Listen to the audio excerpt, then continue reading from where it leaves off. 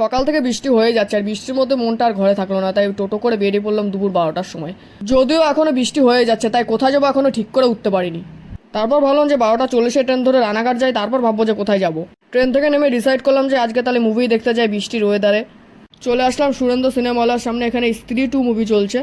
এই মুভির আগের পার্টটা আমি দেখেছি ভূতের হলেও, তবু অনেক কমেডিয়ান ছিল তাই বেশ ভালোই লেগেছিল। কাউন্টারে দাঁড়িয়ে টিকিটটা কেটে নিলাম, একদম নিচের টিকিট কাটলাম 40 টাকা দিয়ে। লেস চিপস এগুলো কিনে নিয়ে ভেতরে ঢুকে পড়লাম। এবার মুভির ফার্স্ট সিনে পাবলিক কেমন চিৎকার করছে সেটা শোনো ফ্রেন্ডস। মুভির ফার্স্ট সিনের থেকে পাবলিক রিয়াকশনে আমি বেশি ভয় পেয়ে গেছি। হিরোইন শ্রদ্ধা কাপুরের অ্যাক্টিং তো আমার বেশ ভালোই লাগে, আর রাজকুমার আর কমেডিয়ান অ্যাক্টিং এখানে ছিল চরম লেভেলের। হাসতে হাসতে একদম পেট ব্যথা হয়ে গেছে।